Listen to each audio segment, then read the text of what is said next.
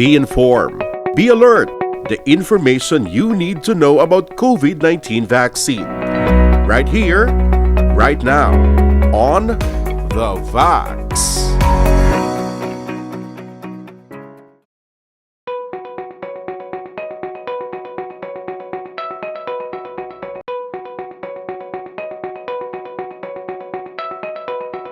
Amo na ang dira na nagasulod ang controversial nga topic kag issue sa Catholic moral teachings kag ti ang sa pagtuon namon sang regarding sa moral teachings sang atong nga simbahan.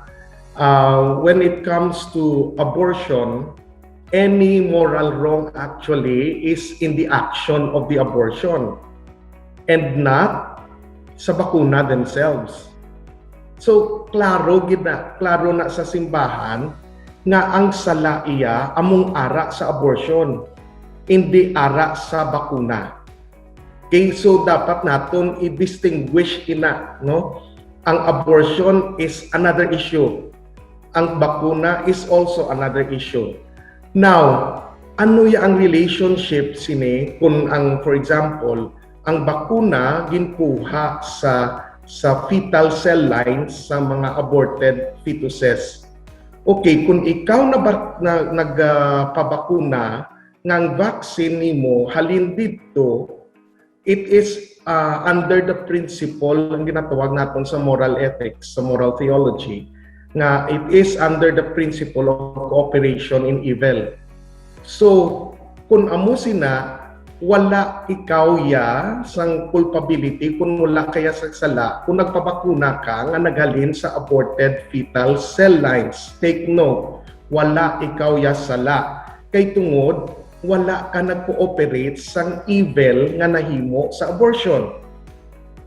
Okay? Lain iya kung maghambal ka nga ay kinahanglan naton mag-advocate sang abortion kay tungod ang ini nga mga na-abort nga fetus kinahanglan eksperimentuhan ta kag himuon ta nga bakuna.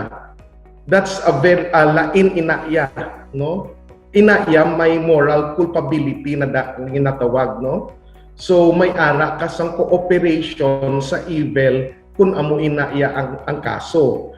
Pero kung for example ang ini nga bakuna naghalin gid man ini siya sa fetal cell lines sang aborted fetuses decades or centuries ago, ang ina nga bakuna, no, the bakuna themselves is not wala sang moral culpability.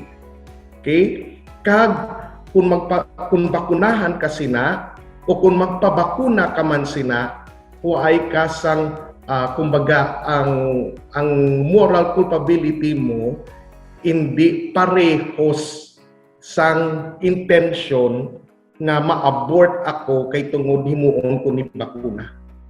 So in that sense, ang ining COVID-19 vaccines nga na-develop halin sa cell lines, sa fetal cell lines centuries ago, hindi na siya morally illicit or wala ka nag-cooperate sang evil nga natabo sang abortion nga dito for centuries or decades ago. Kay kita giman naton nga may ara sang